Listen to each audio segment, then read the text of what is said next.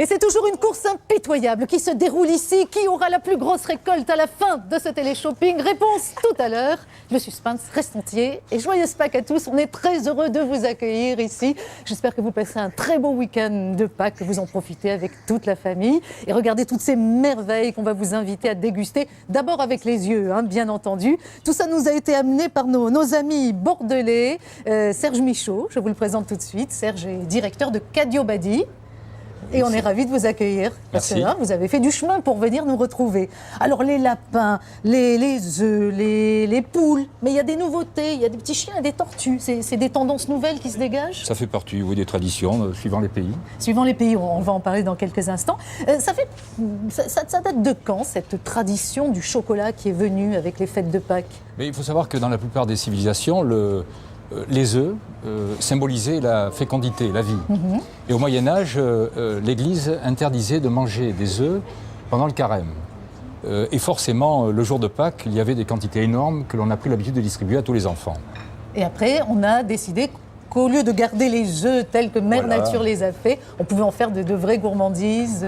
Exactement, oui. Au XVIIe siècle, bien sûr, le chocolat est arrivé en France et en Europe et on a fabriqué les œufs en chocolat. Eh bien, on va vous montrer comment ça se fabrique tout ça. Dans quelques instants, on sera avec nos amis chocolatiers David et Alexandre qui sont en train de préparer tout ça. Et puis, on reste dans le jardin pour commencer ce télé-shopping parce qu'on a aussi plein de choses à vous proposer. Et pile dans la saison, le soleil est arrivé et les parasols envergure vont se déployer. Regardez, il est à prix top. On le découvre avec Stéphanie. Elle a plein de... Oh, les filles, bravo. Allez. Allez les gourmands, allez-y, plongez, n'hésitez pas. Regardez ce que David est en train de faire. Coucou David. Bonjour, donc ça, c'est la marmite dans laquelle ça se prépare. Voilà, c'est une tempéreuse. Donc le but, c'est d'amener à température le chocolat. Parce qu'en fait, on fait une phase de cristallisation. Mais qu'est-ce qu'il y a exactement là-dedans? C'est du chocolat noir. Que du chocolat. Voilà, que du chocolat. Il n'y a pas de crème, c'est vraiment que du chocolat pur. Donc, ce qui va nous permettre de réaliser nos moulages qu'on va vous présenter. Alors les moulages, vous nous en avez apporté pas mal. Comment on procède après? Alors ici, vous avez donc des moulages qui sont très anciens. Ce sont des moulages en fer blanc. Mesdames et messieurs. La poule qui est vraiment le symbole. Le symbole de Pâques. Alors, donc, premièrement, on va faire le décor à l'intérieur du moule. On peut en remplir une pour voir comment ça se passe exactement. Comme ça, on va voir la fabrication. On va faire la crêpe. Donc, mon chocolat est tempéré. Mais ça, c'est quoi, alors, orange? C'est du chocolat blanc. D'accord. Avec de l'arôme orange. Pour faire la déco, donc, il va venir... Voilà. Et là, au pinceau, on pousse le chocolat sur la crête. Ouais, la crête, le bec, donc, de différentes couleurs. Voilà. Donc, après, j'imagine que vous allez remplir tout le moule. Voilà, une fois que c'est terminé au niveau des décors, on va chemiser pour apporter de la brillance sur mon sujet. D'accord. Donc là, je vais faire un peu de blanc. Ça va. Allez-y, parce qu'on se dit ça va couler de partout. Même si ce n'est pas un travail de pro aussi parfait que vous le faites d'habitude, mais au moins ça va nous donner une petite idée. On va faire le bec en blanc. Ouais. Oui, c'est un travail de minutie, mesdames et messieurs. Et en fait, on peut la remplir, notre poule? Mais oui, on va si j'ose dire. Bien, chers amis, attention. Allons-y, ça doit être assez difficile. Ou alors on revient dans un instant peut-être. Comme ça, on aura bien le temps de voir comment ça se passe. Vous pouvez attendre, c'est pas grave. Oui, bon. Alors on y va, parce que là, on va parler de coutellerie avec notre ami Gégé. Et des couteaux qui coupent, c'est ça surtout. Et pas d'appétit. Voilà, magnifique. Allez, je sens que tout le monde est en verve aujourd'hui, on y va.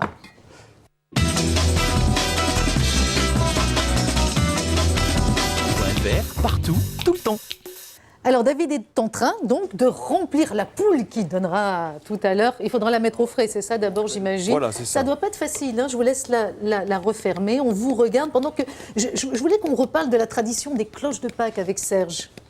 Oui, il faut rappeler que les cloches d'église restent silencieuses entre le jeudi saint et le jour de Pâques. Et depuis le Moyen-Âge, on a pris l'habitude de faire croire aux enfants que les cloches s'envolent et reviennent plus tard déposer dans les jardins des enfants sages ces fameux œufs de vie. Voilà, et c'est ce qu'on cherche régulièrement. Et le lapin, pourquoi le lapin en fait? Quelle est sa symbolique? Le mythe nous vient d'Allemagne.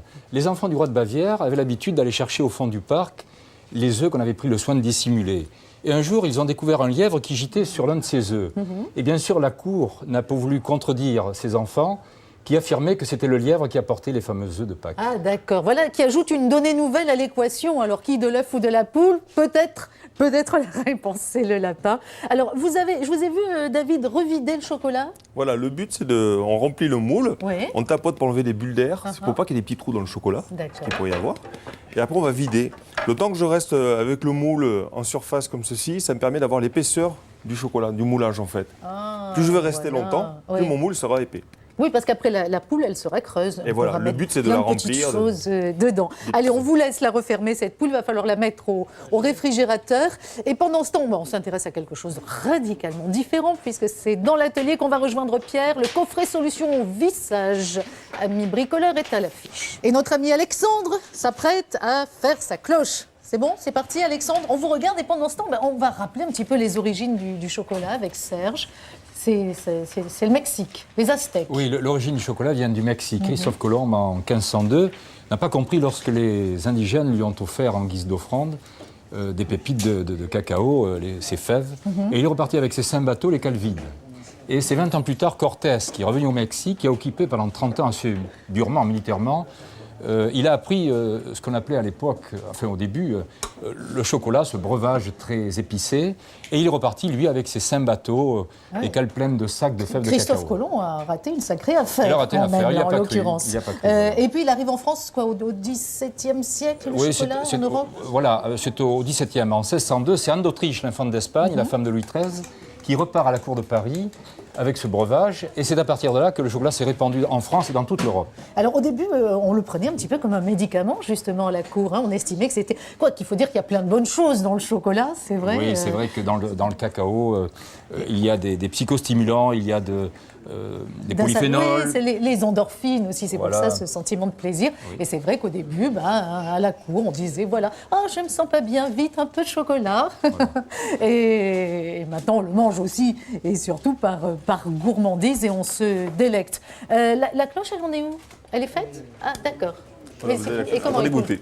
D'accord, le moule se fait. Après, c'est toujours au frigo, c'est ça? Voilà, c'est ça. D'accord. Le chocolat va se rétracter. À quelle température? Là, actuellement, au frigo, 5 degrés. Oui, le temps de frigo ça, normal, voilà. en fait. Voilà, on peut essayer. Bon, dans quelques instants, on fera le point sur les différentes sortes de chocolat. Le bien noir, plein de cacao, chocolat au lait et chocolat blanc. D'abord, on va se dépêcher de poursuivre ce télé-shopping. C'est pas loin, c'est Gégé qui est en véranda. Et là, autre chose qui va vous faire du bien, des fruits, des légumes et 30% de réduction sur la centrifugeuse.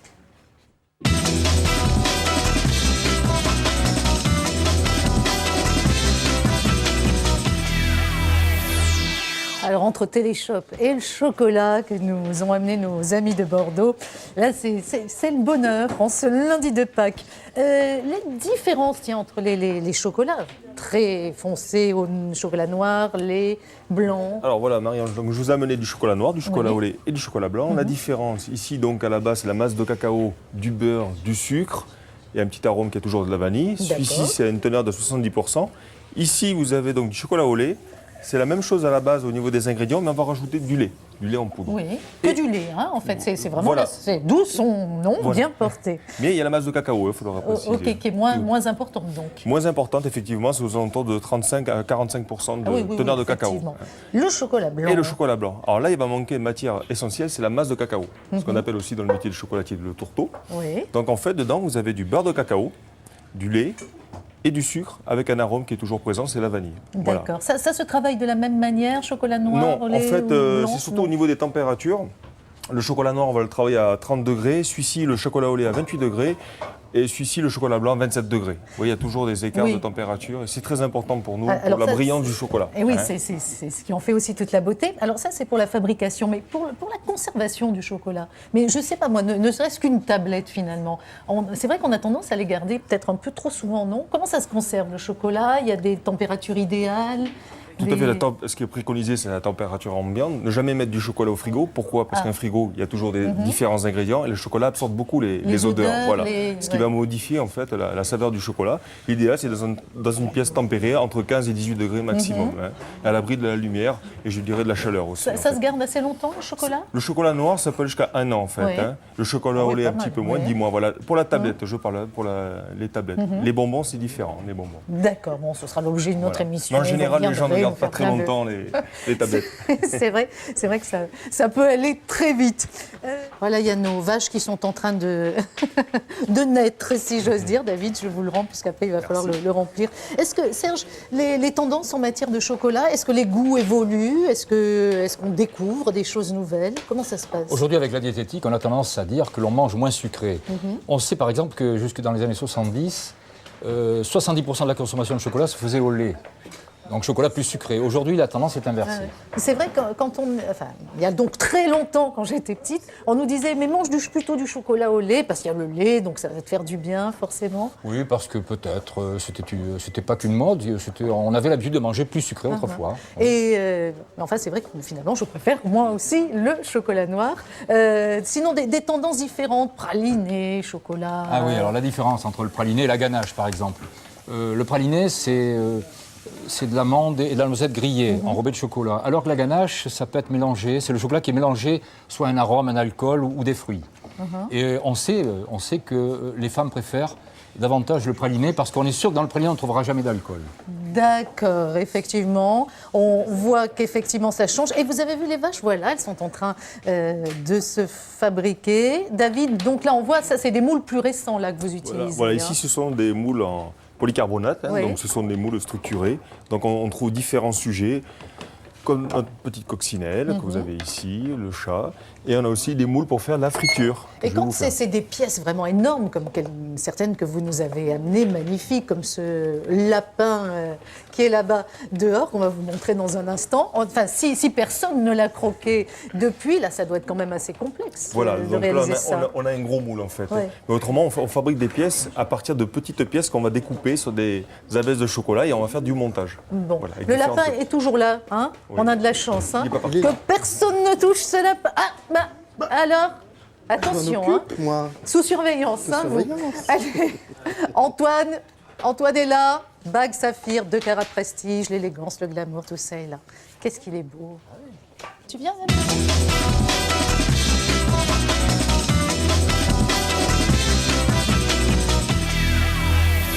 Pas mal. C'est curieux, c'est très curieux. Il y a de plus en plus de monde en cuisine et on se demande vraiment pourquoi. Mais c'est pour toi. Mais que disait c'est ça. Si, c'est Comme pour si toi. j'allais avaler cette couleuvre.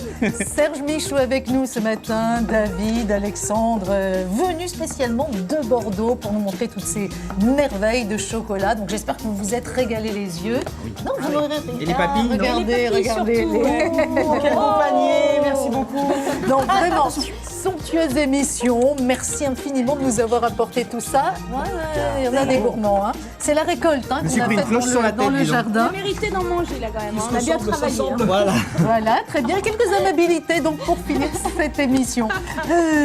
Tout ce que vous avez vu, bien sûr, c'est au 3650. Si vous habitez en France, les autres numéros se sont inscrits. On vous embrasse encore. Merci à nos invités, à toute l'équipe. Bisous, profitez bien de ce lundi. À très vite. Joyeuse Pâques. À demain.